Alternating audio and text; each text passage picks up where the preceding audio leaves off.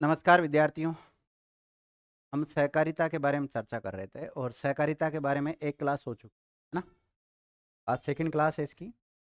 और जैसा कि हमने लास्ट क्लास में देखा था कि ये जो भारतीय संविधान का भाग 9 बी है, ये मूल संविधान में नहीं था, तो बाद में जोड़ा गया था। कौन सा संविधान संशोधन के तहत? 97वां संविधान संशोधन 2011 के तहत इसको जोड़ा गया था। और इसमें जो आर्टिकल शामिल किए गए वो 243 जेड एस से लेकर 243 जेड टी तक ब्लैक मिलता है। टोटल आर्टिकल कितने हो जाते हैं? हैं 13 होते हैं कि 14 होते हैं? 13 हो जाते हैं। तो 243 जेड एस से लेकर जेड टी तक आप काउंट। इन सभी आर्टिकलों को देख लेते हैं। वन लाइनर फैक्ट है वो लिखा देता हूँ मैं। हेडिंग डालो आप। अनुच्छेद 243 जेड एच।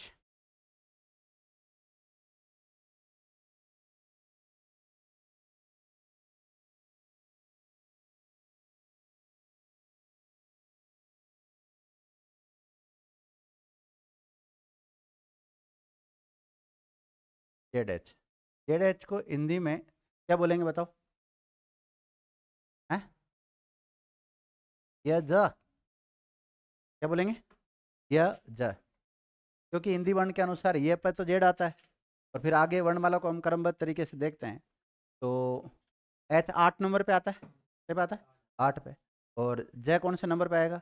8 पे। फिर इसके बाद झ आएगा, फिर यहाँ आएगा। 9 पे क्या आता है? झ झंडे वाला आता है ना? क्या आ जाएगा? लिखो। इसमें इस अनुच्छेद में मतलब केवल वन लाइनर फैक्ट है और कुछ भी नहीं। इस अनुच्छेद में सहकारी समितियों की परिभाषाओं का उल्लेख मिलता है।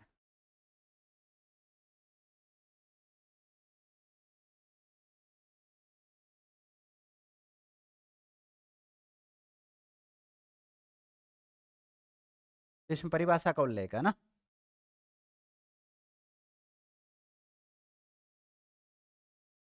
एच के बाद में आई और इसमें क्या बनेगा?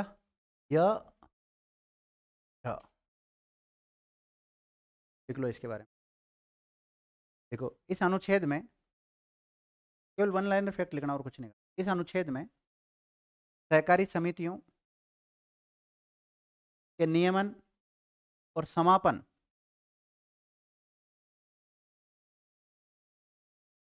नियमन समापन का उल्लेख मिलता है।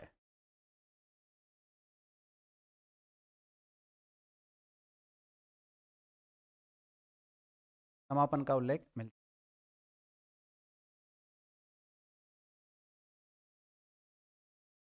है। आई के बाद में क्या आता है भाई? Z J. ये जेड जी। जेड जी तो पहले आ गया होगा। तो और हिंदी में क्या बनेगा इसका?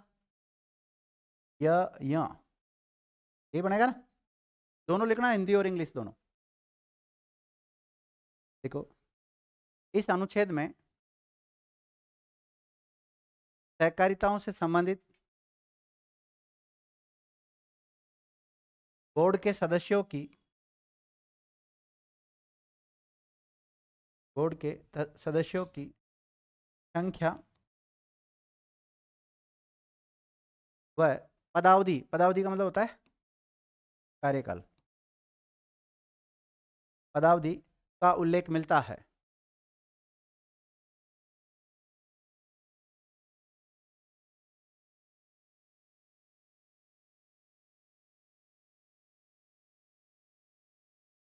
देख लिया? देखो अब इसमें जो बोर्ड वगैरह होते हैं इसमें अधिकतम कितने सदस्य हो सकते हैं विद्यार्थियों? 21 हो सकते हैं। कितने? इसमें अधिकतम 71 हो सकते हैं जिनका कार्यकाल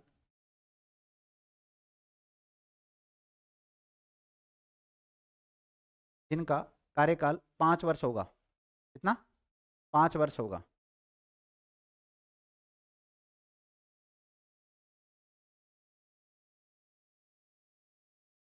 देख लिया। अगला आर्टिकल कौन सा आएगा? 243 जेड के हिंदी में या टा। देखो इसके बारे में, देखो इस अनुच्छेद में बोर्ड के सदस्यों के चुनाव का उल्लेख मिलता है। बोर्ड के, सहकारी बोर्ड होते हैं, बोर्ड के सदस्यों के निर्वाचन का उल्लेख मिलता है।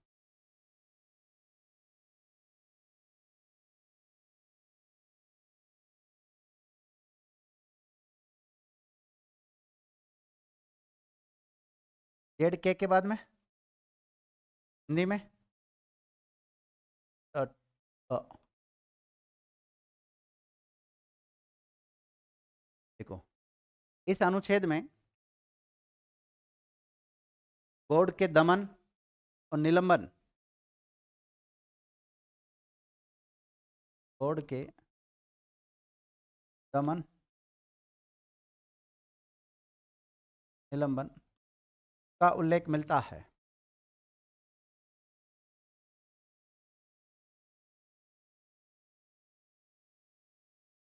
अगला कौन सा आएगा? जे एल, एल के बाद में एम और यह देख लो।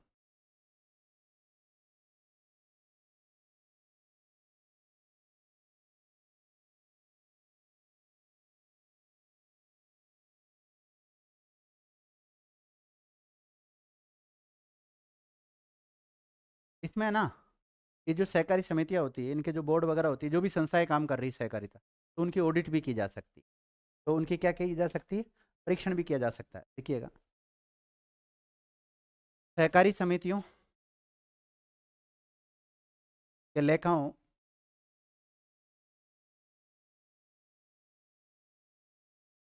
की संपरीक्षा भी की जा सकती है। कहने का मतलब ऑडिट, कभी उन्होंने पैसा सही जगह खर्च किया है या नहीं किया है। यानी कि सहकारी समितियों के जो अकाउंट्स होते हैं उनकी जांच की जा सकती है। कहने का मतलब ये, देख लिया।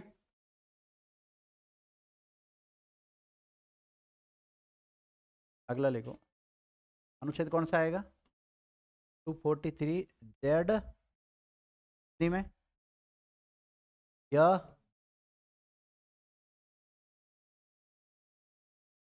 देखो इसके बारे में, इस अनुच्छेद में सहकारी समितियों की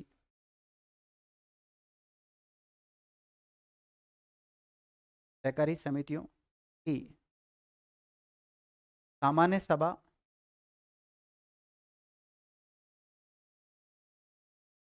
सामान्य सभा आयोजित या आयोजन का उल्लेख मिलता है।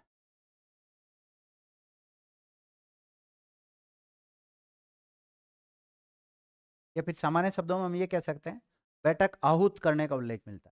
इसका बैठकों का, बैठक आहूत करने का उल्लेख मिलता है। देख लिया। इसके बाद में एन के बाद में क्या आता है?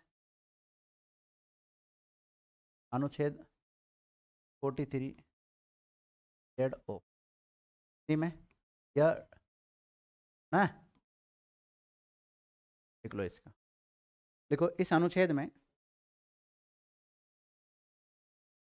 सूचना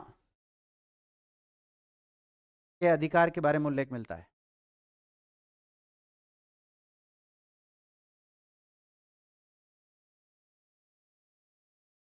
सूचना के अधिकार का उल्लेख मिलता है।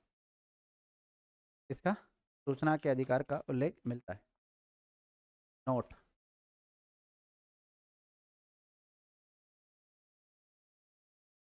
सहकारी समितियों के सदस्य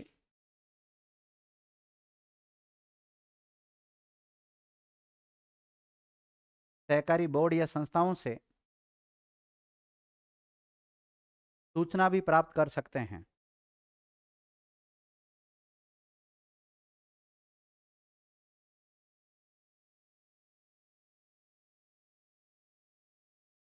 लिया।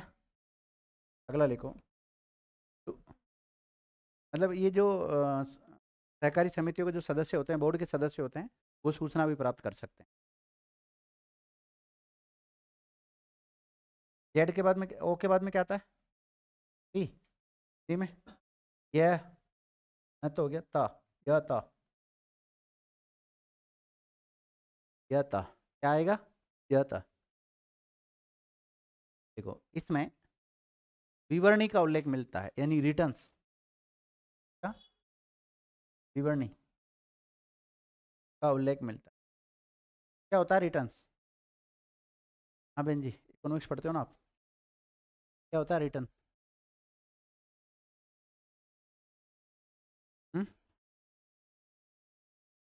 को पता है? पता नहीं? हाँ, विवरणी क्या होती है? रिटर्न बोलते हैं इंग्लिश में। सब्सिडी नहीं कह सकते, रिटर्न को सब्सिडी कह सकते। देखो एक्स्ट्रा वो पैसा कह सकते हो। क्या कह सकते हो? एक्स्ट्रा पैसा कह सकते। देखिएगा अगला आर्टिकल। तो टेबल दे देता तो ठीक रहता। 243 जेड के बाद में, जेड क्यों आएगा? क्यों लिख लो क्यों। हिंदी में यो।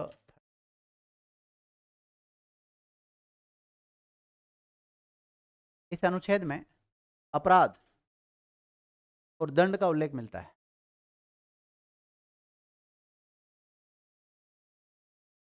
अपराध और दंड का उल्लेख मिलता है।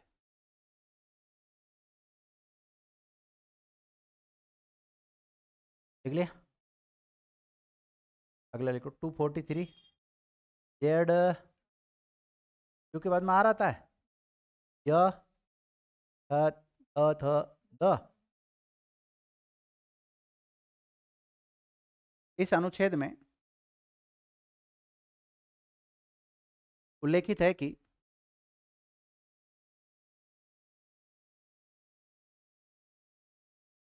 सहकारिता से संबंधित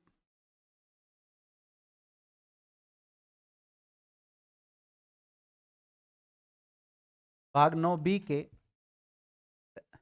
इस अनुच्छेद में उल्लेखित है कि सहकारिता से संबंधित भाग 9 बी के प्रावधान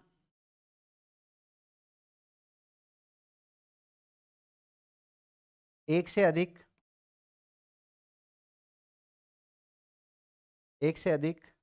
राज्यों की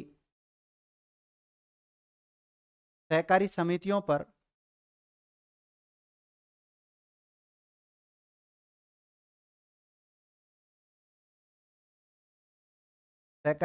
पर लागू होगा।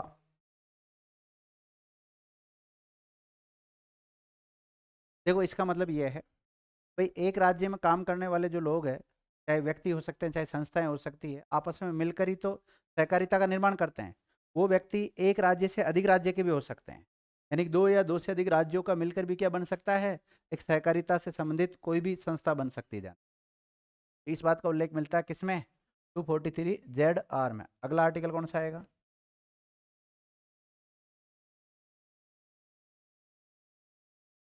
आर के बाद में क्या आता है भाई? एस। हिंदी में यद। देखो इस अनुच्छेद में सहकारिता से संबंधित प्रावधान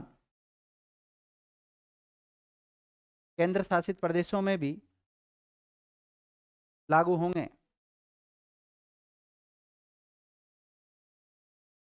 कहने का मतलब यह है कि भाग 9 बी के जो प्रावधान है ना विद्यार्थियों, वो जो यूटी है ना, यूटी, उनमें भी लागू होंगे। मतलब कहने का मतलब यह है कि इससे जस्ट पहले वाला जो हमने पढ़ाया वो उसमें लिखा है कि दो या दो से अधिक राज्यों की एक सहकारिता हो सकती है। इसमें राज्य और केंद्र शासित प्रदेश की मिलाकर भी क्या बना सकते हैं? ये सहकारिता बना सकते हैं। इसकी बात करता है कौन सा? SZS। ठीक है, तो यूटी में भी इसके प्रावधान लागू होंगे। अगला कौन सा आएगा? 243 जेड हिंदी में या, हाँ लिख लो इसे।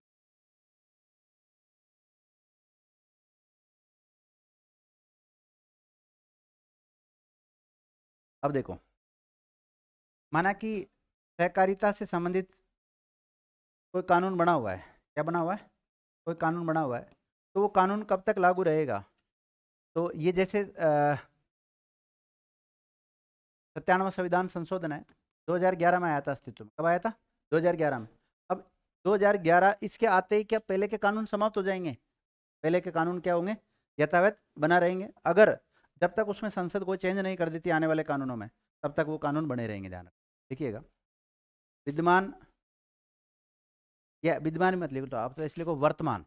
विद्यमान का मतलब क्या होता है? वर्तमान ही होता है। वर्तमान कानूनों का बना रहना, यानी कि सहकारिता से संबंधित कोई कानून बने हुए हैं, वो कानून क्या रहेंगे? लगे जारी रहेंगे विद्यार्थी। ऐसा नहीं कि इसमें अमेंडमेंट कर दिया तो वो कानूनों में भी चेंज हो जाएगा, ऐसा नहीं। अगर संसद को उचित लगेगा, राज्यों को उचित लगेगा, तो राज्य समय समय पे क्या करते रहेंगे? इसमें संशोधन करते रहेंगे विद्यार्थियों। समझ गए? अब सहकारिता से संबंधित कुछ संस्थाएं हैं, उनके बारे में जान लेते हैं। केवल आपको संवैधानिक दृष्टि से तो केवल ये वन लाइनर फैक्ट इनके याद रखने, केवल इतना याद रख लेना। देखो सवाल क्या आएगा मैं बता देता हूँ, आरएस तक की मैं बता देता हूँ आपको। इससे बड़े एक एग्जामों की तो मैं कह नहीं सकता हूँ, लेकिन आरएस तक का एग्जाम की कह सकता हूँ कि आपसे सहकारिता से रिलेटेड सवाल पूछा जाएगा। एक तो सहकारिता का उल्लेख इंडियन कॉन्स्टिट्यूशन के कौन से भाग में मिलता है? 9B में मिलता है। कौन से आर्टिकलों में मिलता है? हैं? ZH से लेकर ZT तक मिलता है विद्यार्थी। एक तो ये याद रखना है। और एक जेड, एक तरफ ये 4 आर्टिकल दे देंगे और एक तरफ इनका वन लाइनर फैक्ट दे देंगे, कौन सा सुमेलित है कौन सा सुमेलित नहीं है। बस इतना ही पूछा, बाकी और नहीं पढ़ने। समझ गए? अगर सहकारिता से कोई सवाल आता है तो इतना पढ़ लेना आप, और बाकी तो मैं लिखा ही रहा हूँ। देखो एक कदम आगे चलते हैं हम वैसे। तो अब लिखो आप, सहकारिता से संबंधित प्रमुख संस्थाएं। सहकारिता से संबंधित प्रमुख संस्थाएं, ये इसका फ्लैग था। फ्लैग के बारे में तो हमने चर्चा ही कर ली थी। कितने रंग का फ्लैग होता है इसका? 7 रंगों को होता है। कौन कौन से रंग है ये? लाल, नारंगी, पीला, हरा, आसमानी, नीला और बैंगनी। इंद्रधनुष के भी यही होते हैं क्या? तो इससे रिलेटेड जो संस्था विद्यार्थी उसका नाम लिखो आप। सहकारिता से संबंधित प्रमुख संस्थाएं, कौन कौन सी संस्थाएं जो काम करती है सहकारिता के क्षेत्र में?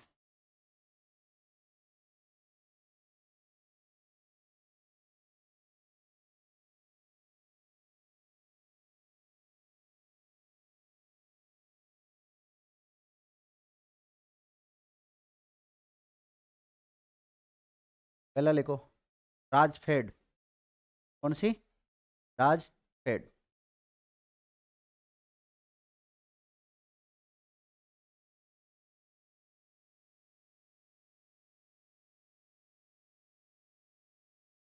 राजफेड, इसका पूरा नाम लिखो विद्यार्थियों। राजस्थान स्टेट। राजफेड का पूरा नाम हिंदी इंग्लिश में दोनों लिख लेना, ऐसे राजफेड है ना, ऐसे भी लिख लेना ऐसे भी लिख लेना राजफेड। ज़्यादा से ज़्यादा आपके एग्जाम में ये भी आ सकता है राजफेड का पूरा नाम क्या होता है। कई एग्जामों में आता है, छोटे मोटे एग्जामों में। जरूरी थोड़ी सारे बच्चे बड़े एग्जाम दो, छोटे भी तो देते हैं। आरएस जैसी तैयारी करने वाले बच्चे इस बार 4th ग्रेड का एग्जाम दिया, सिलेक्शन और हुआ उनका। आज के बेरोजगारी के दौर में जो रोजगार मिल जाए वही ठीक है। तो पूरा नाम लिख लिया इसका? क्या लिखा है? Rajasthan state cooperative marketing federation limited. Limited तक ही लिखना आपको, जयपुर वेपुर नहीं लिखा हुआ है ना बहन जी? अब तो मेरे से क्या पूछ रही है? मार्केटिंग लिखा हुआ है ना? तो अगर कोई चीज़ नहीं लिखी हुई है सामने बोर्ड पे, सारी चीज़ लिखी हुई है आपके सामने, देखना पड़ता है बहन जी।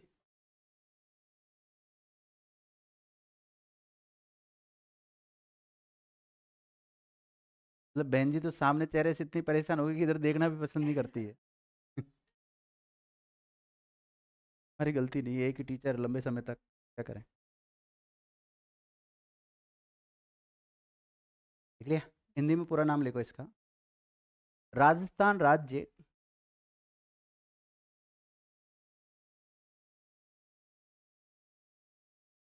राजस्थान राज्य सहकारी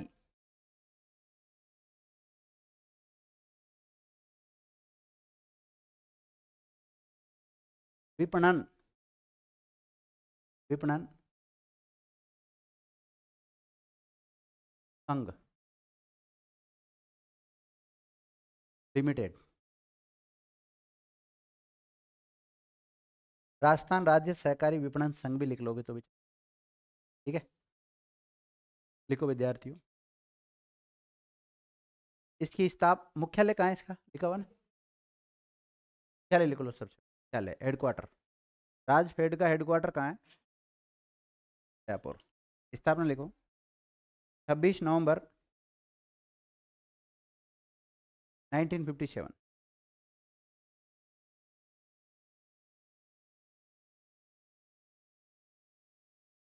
1957 लिख लिया। बस इतना। और सहकारिता से संबंधित ये संस्था है तो इसके बारे में लिखने हेडिंग ही डलवा दी थी मैंने। दूसरी संस्था का नाम लिखो। कॉनफेड।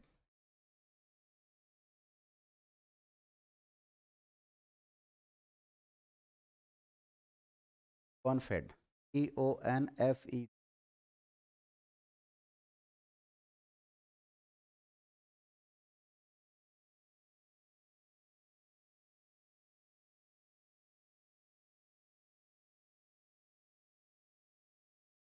लिख लिया। क्या है ये? उपभोक्ता संघ लिखो। राजस्थान राजस्थान स्टेट, जैसे मैं बोलता हूँ वैसे, राजस्थान स्टेट कोऑपरेटिव कंज्यूमर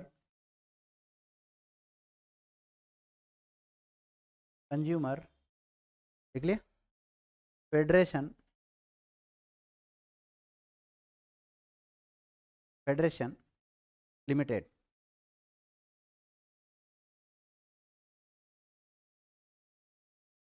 लिख लिया। हिंदी में लिखो। राजस्थान राज्य सहकारी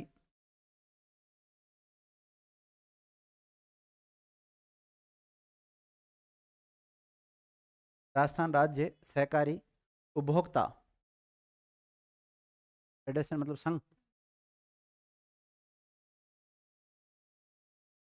संघ लिमिटेड।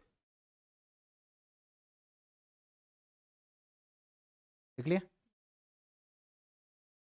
चलिए लिख लो इसका भी, जयपुर। चले कहाँ है, जयपुर। स्थापना लिख लो 30 मार्च 1967।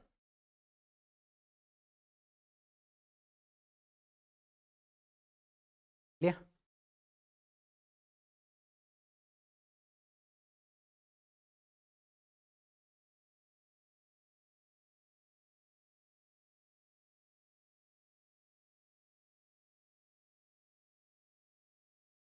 राजसंघ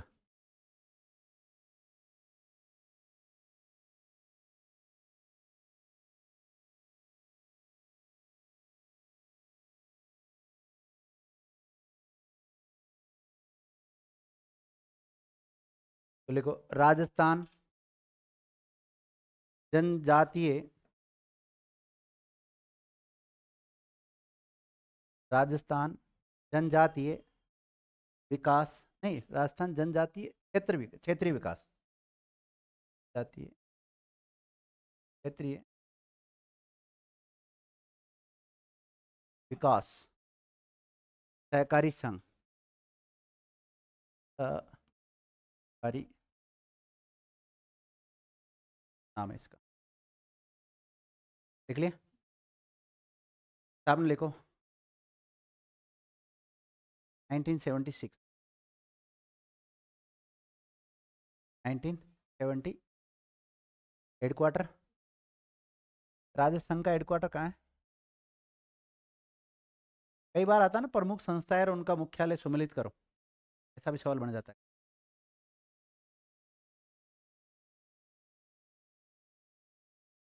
लिख लिया?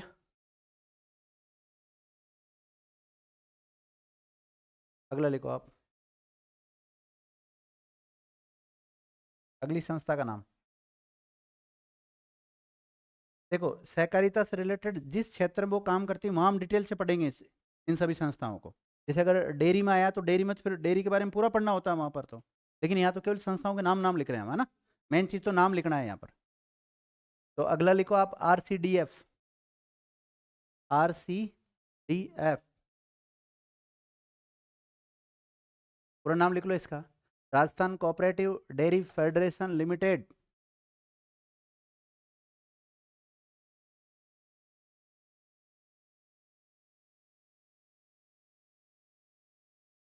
नेम लिख लो, राजस्थान राज्य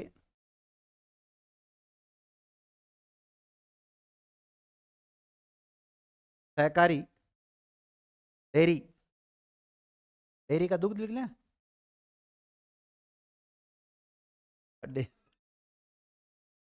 डेयरी फेडरेशन का संघ कर सकते हो, आदि हिंदी, राधी इंग्लिश, राधी मारवाड़ी।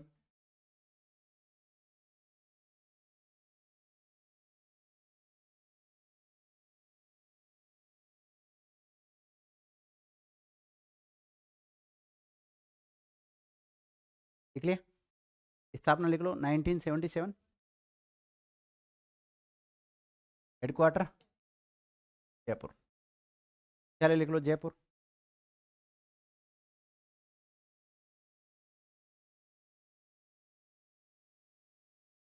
देखिएगा वर्ष 1977 में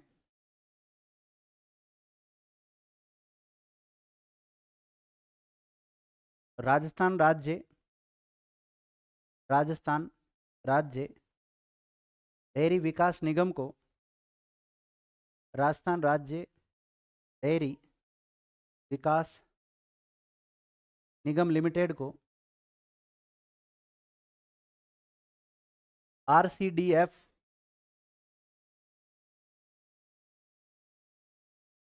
में स्थानांतरित कर दिया गया था।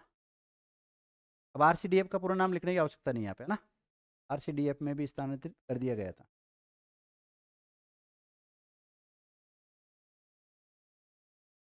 विद्यार्थियों अगर ये जो सहकारिता वाला सिस्टम है अगर ये नहीं आता ना तो राजस्थान में डेयरी का डेवलप ही नहीं होता है, मान के चलो। डेयरी को हो सकता है, वो बात एक अलग थी, लेकिन जो विद्वान है उनका कहने का मतलब यही है कि अगर आप सहकारिता के क्षेत्र में दुग्ध या डेयरियों को इतना बढ़ावा नहीं देते तो फिर इतना ज़्यादा डेवलप नहीं हो पाता डेयरी। ठीक है? जो अभी इतना सस्ता दूध पी रहे हो ना आप लोग, शहर वाले, गाँव वालों के पास तो खुद के पास होता है, ज़्यादा उनको टेंशन नहीं है, लेकिन शहर वालों को जो अभी 70-80 रुपये लीटर मिल रहा है वो मिलता है आपको 200-250 रुपये लीटर है। उस जनजाति का नाम बताओ जिसमें दूध नहीं पीते हैं? हाँ सही नहीं पीते, वो बच्चे भी नहीं पीते, छोटे बच्चे होते हैं वो भी दूध नहीं पीते, बताओ। राजस्थान की उस जनजाति का नाम बताओ जिसमें छोटे बच्चे और बड़े बच्चे जो भी है कोई भी दूध नहीं पीते, मतलब उसका बताना है आपको, है ना? और मैंने पढ़ाया भी है आपको, जनजातीय पढ़ाई थी, जनजाति पढ़ाई कि नहीं पढ़ाई, यस या नो? नहीं पढ़ाई? ऐसा थोड़ी हो सकता है। चलो लिखो, ढूंढ के लाना, किताब में देखना, अपनी किताब में पक्का मिलेगा।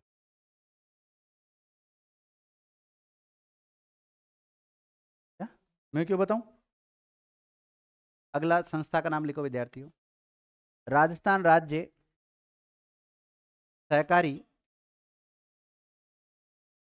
भेड़ एवं ऊन विपणन लिमिटेड, राजस्थान राज्य सहकारी भेड़ एवं ऊन विपणन लिमिटेड, राजस्थान राज्य सहकारी भेड़ एवं ऊन विपणन लिमिटेड। मुख्यालय लिखो, कहाँ है? बेड का नाम आते हैं या तो बीकानेर जाते हैं लोग बाग, लेकिन इसका ये कहाँ पर है? जयपुर है। लो जयपुर।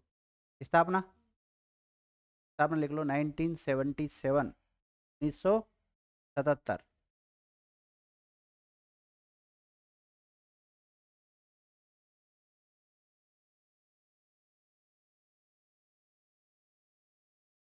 लिख लिया? ये क्या लिखा हुआ है?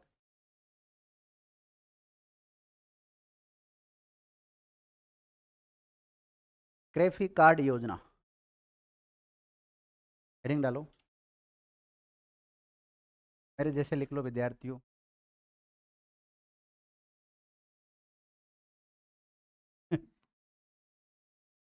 क्रेफी कार्ड योजना।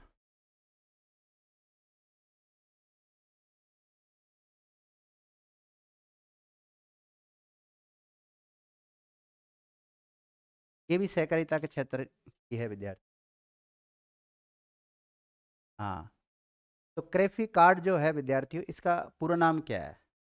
ऐसा सवाल बन सकता है, ध्यान रखना, और आने वाले समय में ऐसे ही सवाल बनने हैं। वो गया जमाना तो सीधे सीधे सवाल आते थे। समय रहते अपने आप को चेंज कर लो पूरा।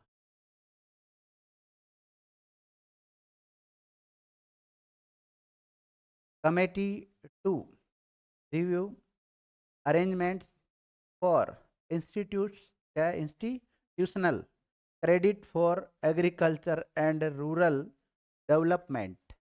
इंग्लिश मीडियम वाले भाई बंधु तो याद कर लेंगे, लेकिन हिंदी मीडियम वालों तुम तो रटना इसको। याद नहीं हो तो रटना तो है, ये नहीं छोड़ दो, छोड़ना नहीं है।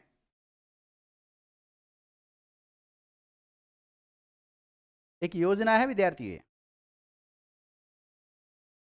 क्रेफी कार्ड योजना लिखा ना आपने? लिख लिया? इसकी शुरुआत कब हुई थी इस योजना की? देखो, इस योजना की शुरुआत 1984 में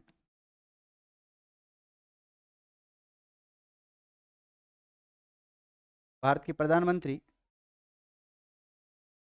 इंदिरा गांधी के द्वारा की गई।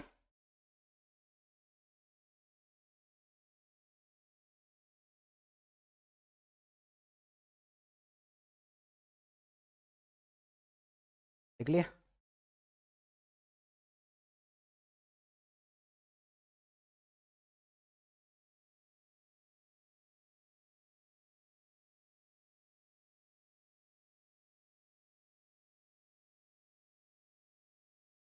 लिख लिया?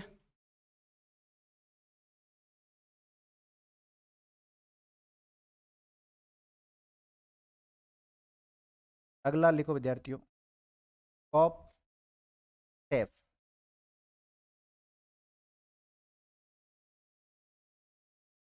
कॉप सेफ लिख लिया? पूरा नाम लिखो इसका, कोऑपरेटिव वेलफेयर,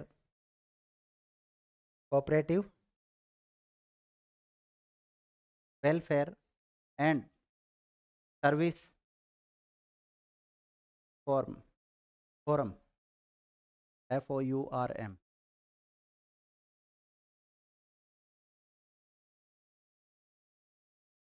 वापिस बोलूं, cooperative welfare and service forum, FOURM। निम्न लिख लो। सहकारिता, कोऑपरेटिव का मतलब क्या होता है?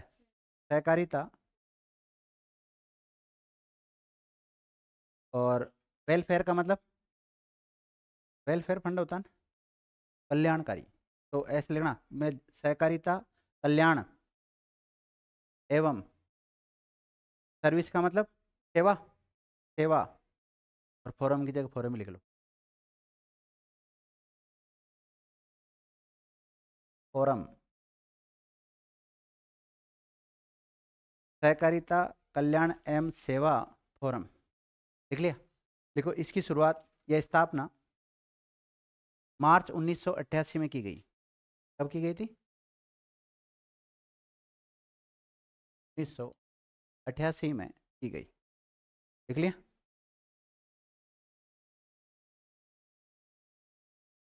एक और फेडरेशन है विद्यार्थियों, तिलम, तिलम संघ।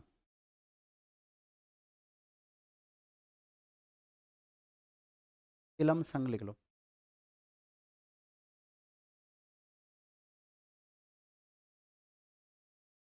इसको तिलन संघ भी कहते हैं, तिलम संघ या फिर तिलन संघ। देखो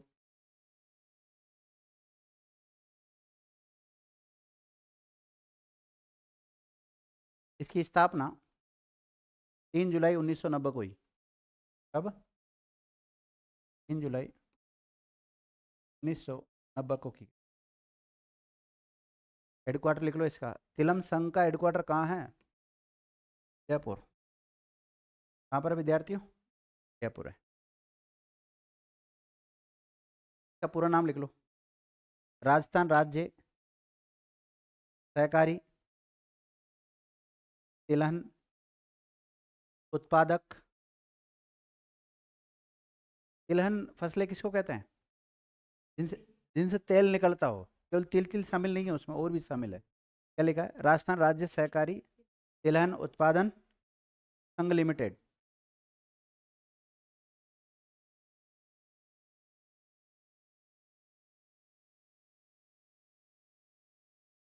लिख लिया?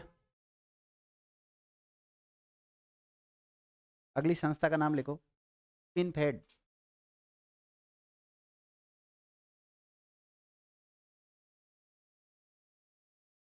स्पिनफेड।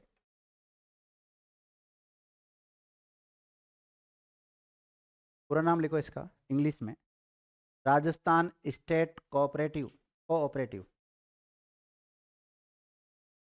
कोऑपरेटिव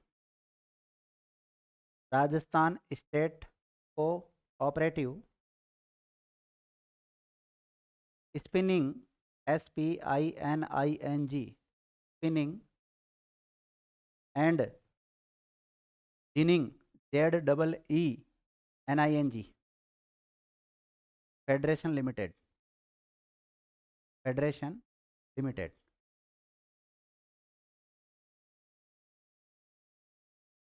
लिए विद्यार्थियों, क्या लिखा है इसका पूरा नाम? आपसे पूछा है स्पिन फेड का पूरा नाम क्या है?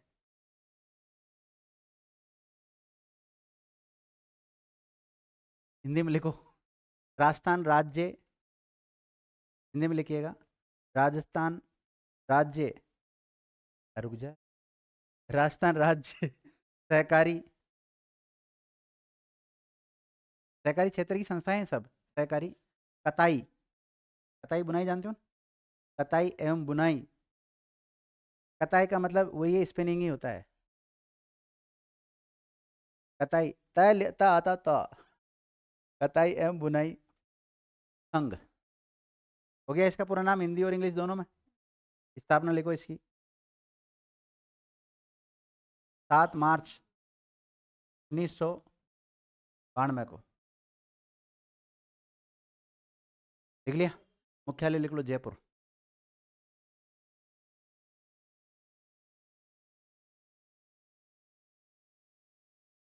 इस संघ में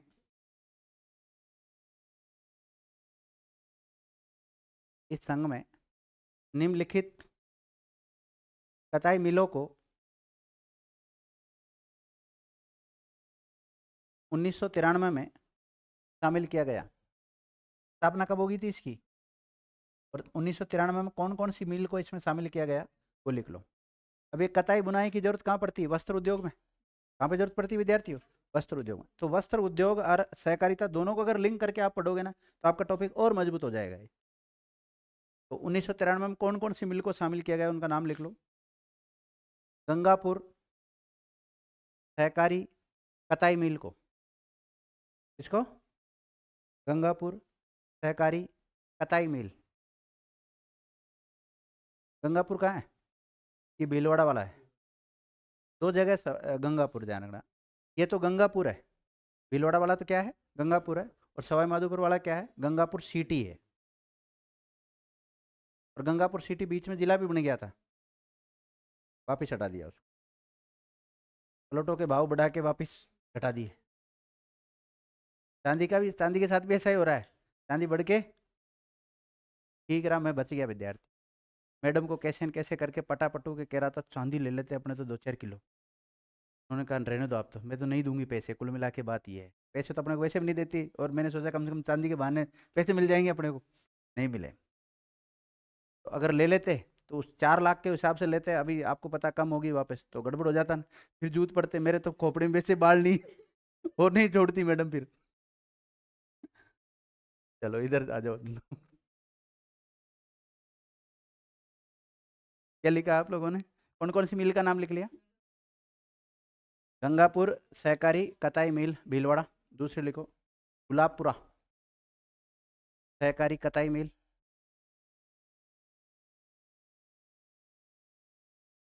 गुलाबपुरा कहाँ, पता नहीं क्या तुम्हारे को कहाँ है जो?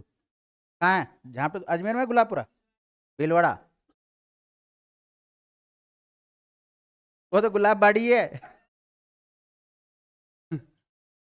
विजयनगर के बाद में आता है गुलाबपुरा, अगर उधर की अजमेर से भीलवाड़ा की तरफ जाते हैं ना।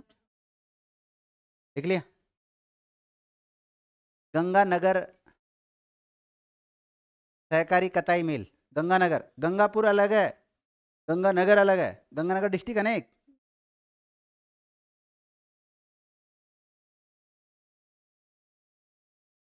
क्या? गंगानगर सहकारी कताई मिल। तो एक तो गंगानगर लिखा ही है, एक गंगापुर लिखा ही है, और एक गुलाबपुरा। तो दो तो भीलवाड़ा की लिखा दी और एक गंगानगर की लिखा दी, और क्या है? इनको कब शामिल किया गया है इस फेडरेशन में? 1993 में शामिल किया।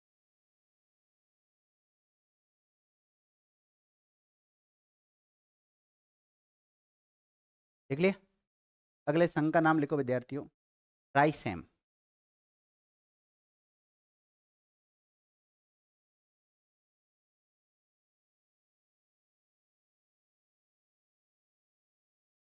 राइसेम। एग्जामिनर भी बड़ा मजा लेता है बेटा, मतलब बच्चों को देगा ऐसा, राइसेम। क्या देगा? राइसेम, और फिर इसकी फुल फॉर्म पूछता है। अरे कम से कम ऐसा देगा तो उसके 4 विकल्प देख के आसपास तो जाएगा वो देता है ऐसा वाला। राइसेम। लिखो पूरा नाम लिखो इसका, Rajasthan state, Rajasthan state institute. I का मतलब क्या है यहाँ पे? इंस्टीट्यूट ऑफ, इसके लिए कोऑपरेटिव, कोऑपरेटिव। देख लिया?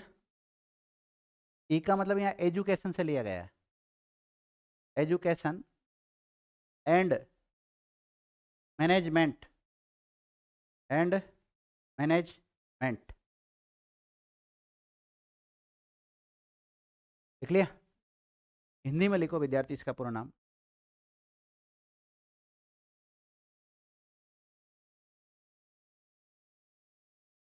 राजस्थान राज्य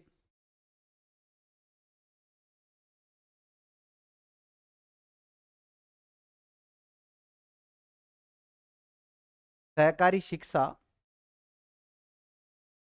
एवं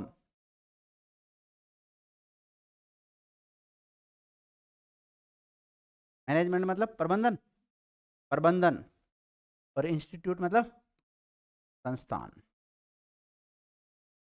तो राजस्थान राज्य सहकारी शिक्षा एवं प्रबंधन संस्थान। राइसेम का इंग्लिश में पूरा नाम क्या सुनीता? बोलो। नहीं पता? स्थापना लिख लो, 1 अप्रैल 1994। आप फुल फॉर्म याद करने के चक्कर में इनका स्थापना वर्ष भूल जाओ। 94, 1994। मुख्यालय लिखो,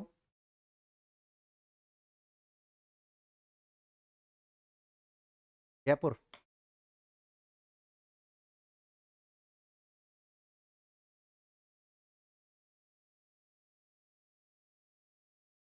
एक संस्था विद्यार्थी इफ्को, आगे पढ़ाऊंगा मैं इफ्को के बारे में, अभी तो नोट डाल लो वैसे ही। देखो, इफ्को के द्वारा, इफ्को के द्वारा इसे वर्ष 2002 में सहकारिता रत्न अवार्ड भी दिया गया। तो इफ्को ने राइसेम को कौन सा अवार्ड दिया विद्यार्थियों? सहकारिता रत्न अवार्ड।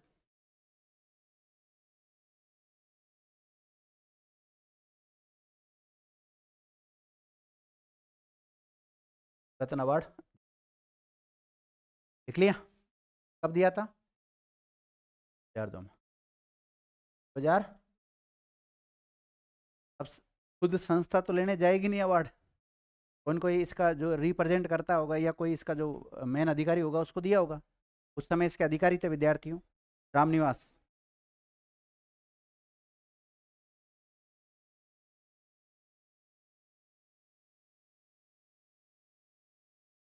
देख लिया?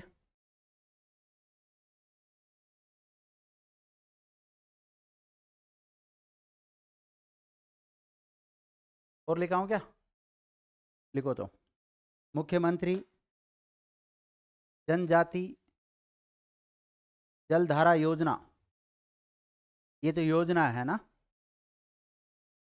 आप एक काम कर सकते थे, वहां पर जब आपने लिखी संस्थाएं और योजनाएं एक साथ लिख सकते, हेडिंग डाली थी ना आपने, संस्थाएं वही योजनाएं। मुख्यमंत्री जनजाति जलधारा योजना लिख लो, शुरुआत लिख लो इस योजना की। 15 दिसंबर 2007 मुख्यमंत्री जनजाति जलधारा योजना की शुरुआत कब हुई? 15 दिसंबर 2007 को। देखो इस योजना के तहत, इस योजना के तहत, कौन सी योजना के तहत? जनजाति जलधारा योजना के तहत, मुख्यमंत्री जनजाति जलधारा योजना। इस योजना के तहत भाई पानी से संबंधित है, कुल मिला के बात ये। इस योजना के अंतर्गत राजस्थान के अनुसूचित जनजाति, ट्राइबल एरिया ना, अनुसूचित जनजाति व शहरिया क्षेत्रों में, शहरिया भी वैसे तो अनुसूचित जनजाति है, वह शहरिया क्षेत्रों में लघु सिंचाई हेतु ऋण उपलब्ध करवाया जाता है।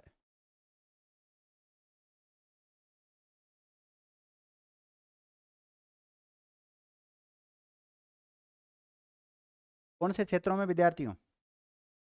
जनजातीय क्षेत्रों में, राजस्थान के जनजातीय क्षेत्रों में। अब ये जनजातीय क्षेत्र, इसको रेखांकित कर लो, कौन कौन से क्षेत्र है उनका नाम लिख लो आप। डूंगरपुर जनजाति मुख्य रूप से कहाँ पाई जाती है? दक्षिण राजस्थान में पाई जाती। डूंगरपुर, बांसवाड़ा, उदयपुर, सिरोही, बारा, चित्तौड़। अब देखो इसको शुरू जब किया गया था तो इन 6 जिलों में किया गया था, लेकिन बाद में जैसे अभी सलूम्बर नया बन गया तो उदयपुर के पार्ट में सलूम्बर को थोड़ी छोड़ देंगे, अब सलूम्बर वाले भी इसका फायदा उठाएंगे योजना का तहत। तो लिख लिया? अगला लिखो, सहकारी जीवन बीमा सुरक्षा योजना। सहकारी जीवन बीमा सुरक्षा योजना, सहकारी जीवन बीमा सुरक्षा योजना, शुरुआत लिख लो 13 अक्टूबर 2008।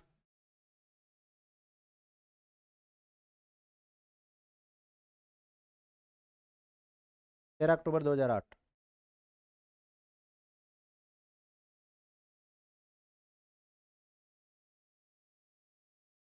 लिख लिया? एक संस्था विद्यार्थी, लैंपस।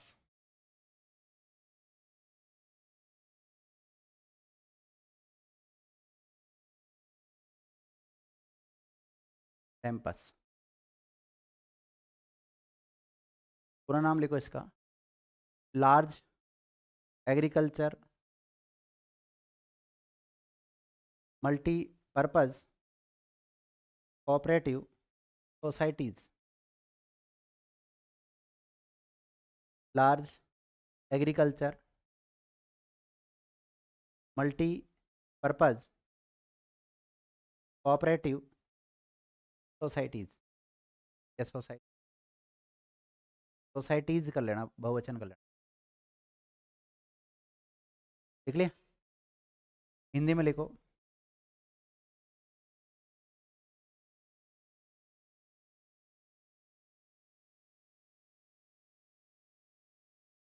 अगर इसको जोड़ोगे तो बृहदाकार हो जाएगा। देखो, बृहदाकार, बृहदाकार ही लिख लो। बृहदाकार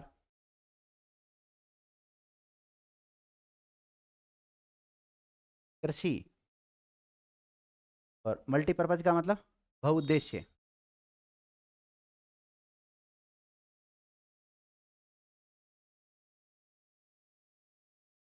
बहुउद्देश्य सहकारी समितियां, है ना?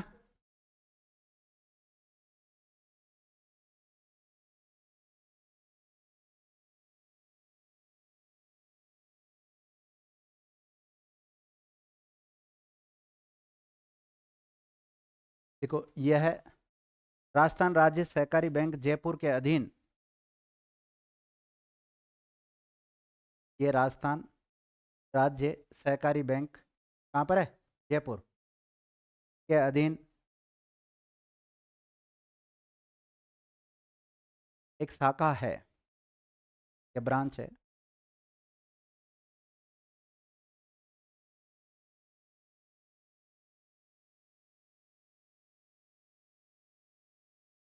लिख लिया विद्यार्थी? एक नोट डालो। सहकारिता से संबंधित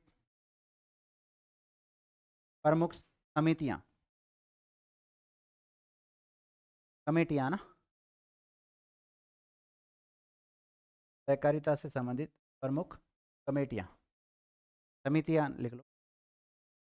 जैसे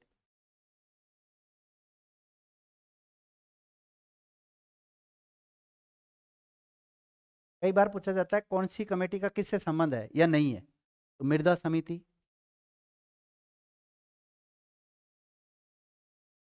BL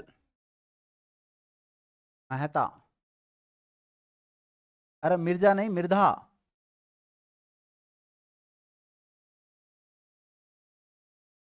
लिख लिए?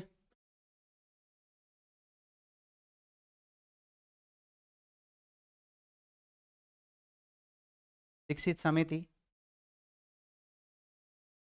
और दांते समिति, डॉक्टर ED दांते समिति, ये 4 समितियों का नाम याद रखना। लिख लिया?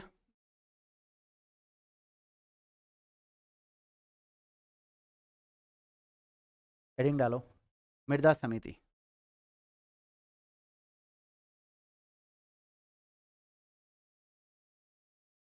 निम्नलिखित में से कौन सी समिति का संबंध सहकारिता से है?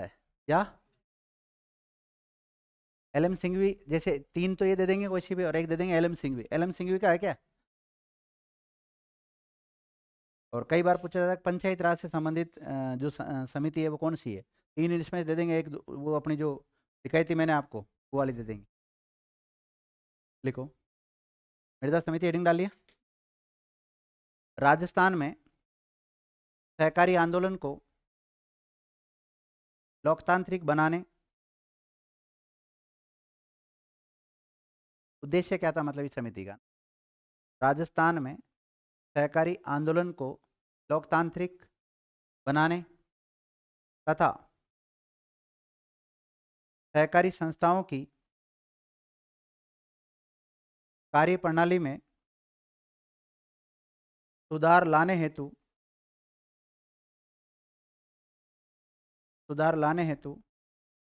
इस समिति का गठन किया गया था। मृदा समिति का गठन क्यों किया गया?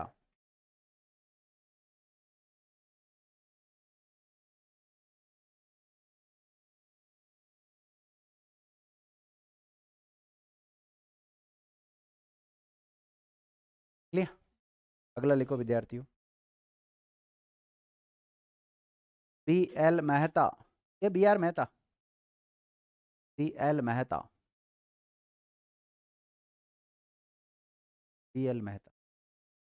तो बलवंत राय मेहता विद्यार्थी इसके अध्यक्ष थे, इसलिए इस कमेटी का नाम क्या रखा, मेहता कमेटी, या बलवंत राय लिखा है इसमें, बी एल मेहता कमेटी नाम रखा जाए। देखिएगा, इसके अध्यक्ष बलवंत राय मेहता थे। कौन थे? बलवंत राय मेहता थे।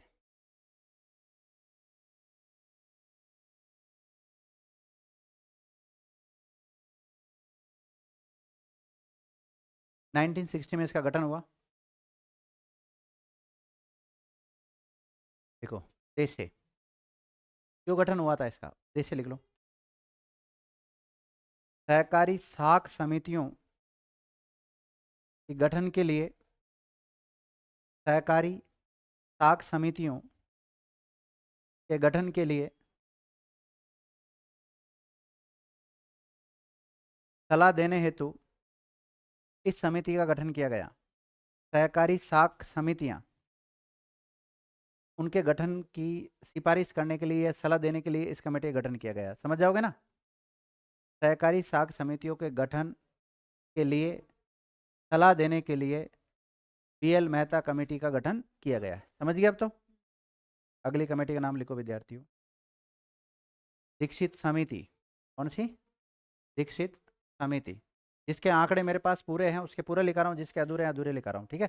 केवल आपको 4 समितियों का नाम याद रखना है यहाँ पर, इतना डिटेल भी आपको याद करने की जरूरत नहीं है। फिर भी अगर समय मिले तो पढ़ लिया करो, कोई दिक्कत वाली बात नहीं। देखो, दीक्षित समिति, देखो राजस्थान, उद्देश्य लिख लो। राजस्थान में ग्राम पंचायत स्तर पर, इस स्तर पर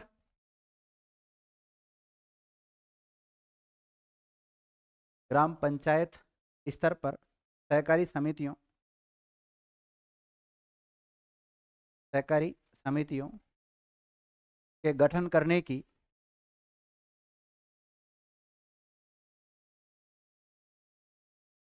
सलाह हेतु, मतलब ग्राम पंचायत स्तर पर सहकारी समितियां हैं, उनका गठन किया जा रहा था विद्यार्थी। तो करना चाहिए नहीं करना चाहिए उसके रिगार्डिंग इस समिति का क्या किया गया था, गठन किया गया था। क्या लिखा आपने, बोलो।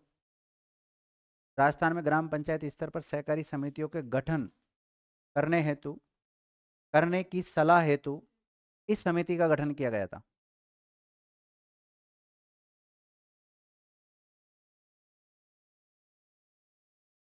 लिख लिया? अगला लिख लो, डॉक्टर सी डी दांते समिति, या इसको दांते समिति भी कहते हैं शॉर्ट में।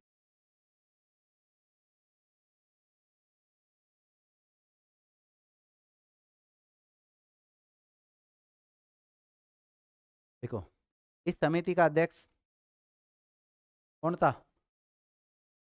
डॉक्टर सी डी दांते, डॉक्टर सी डी दांते, अध्यक्ष लिख लो। लिख लिया? गठन लिख लो इसका, कब हुआ था? 1974। कब हुआ? 1974। लिख लिया? सी डी दांते समिति का अध्यक्ष कौन? सी डी दांते।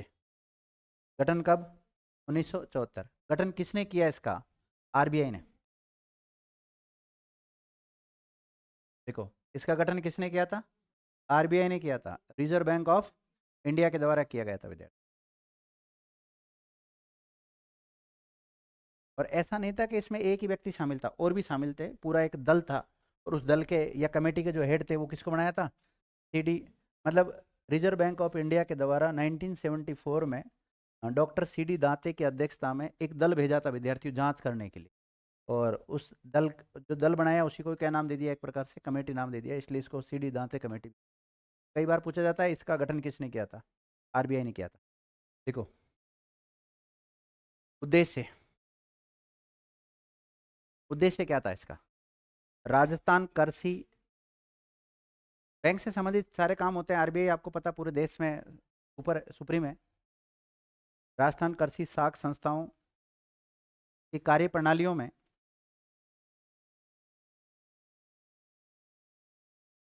सुधार के संबंध में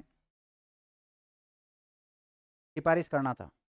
कमेटी का उद्देश्य क्या था कि राजस्थान में कृषि साख जो संस्थाएं हैं उनकी कार्यप्रणाली में किस प्रकार से सुधार किया जा सकता है। राजस्थान कृषि साख संस्थाओं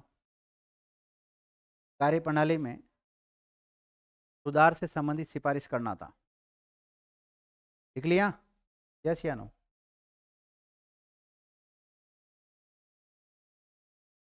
तो विद्यार्थियों, आपका भाग 9 ख कंप्लीट हो गया, क्या ना?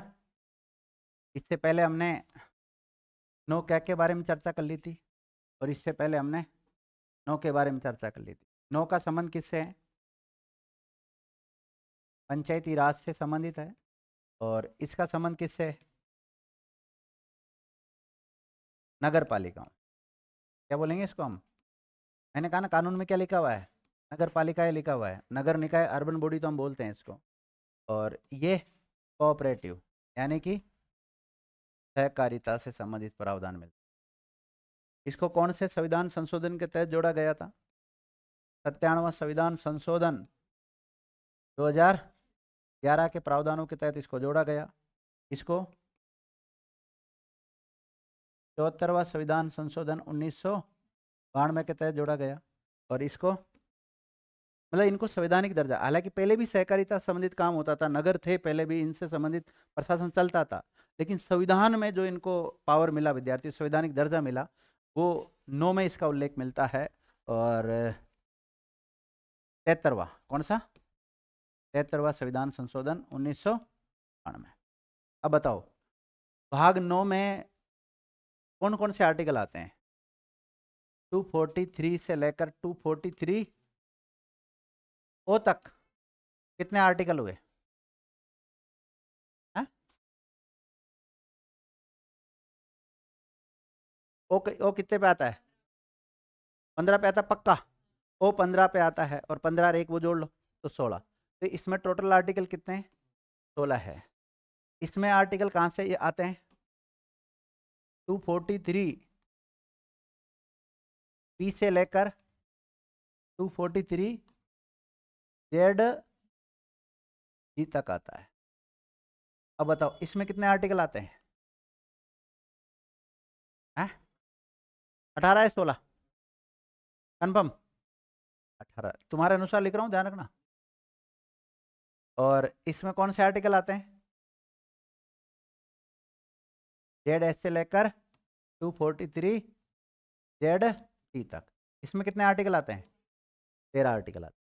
कितने आते हैं? 13 आर्टिकल आते हैं। इसमें पंचायती राज में कितने विषय हैं? 29 विषयों को शामिल कर। और अनुसूची 11वीं अनुसूची जोड़ी गई। और नगर पालिकाओं से संबंधित कितने विषय हैं? 18 विषय। और अनुसूची कार्यों ने सहकारिता से संबंधित अनुसूची, लेकिन अन्य कॉन्स्टिट्यूशन में कौन से आर्टिकलों में उल्लेख कर रखा है? हाँ, आर्टिकल 19 क्लोज 1 क्लोज सी में और 43 बी में, है ना? 19 क्लोज 1 क्लोज सी तो मूल अधिकारों में है और 43 बी में क्या है? नीति निर्देशक तत्व। नीति निर्देशक राज्य के कर्तव्य होते हैं। क्या होते हैं? और व्यक्ति के कर्तव्य मूल कर्तव्य।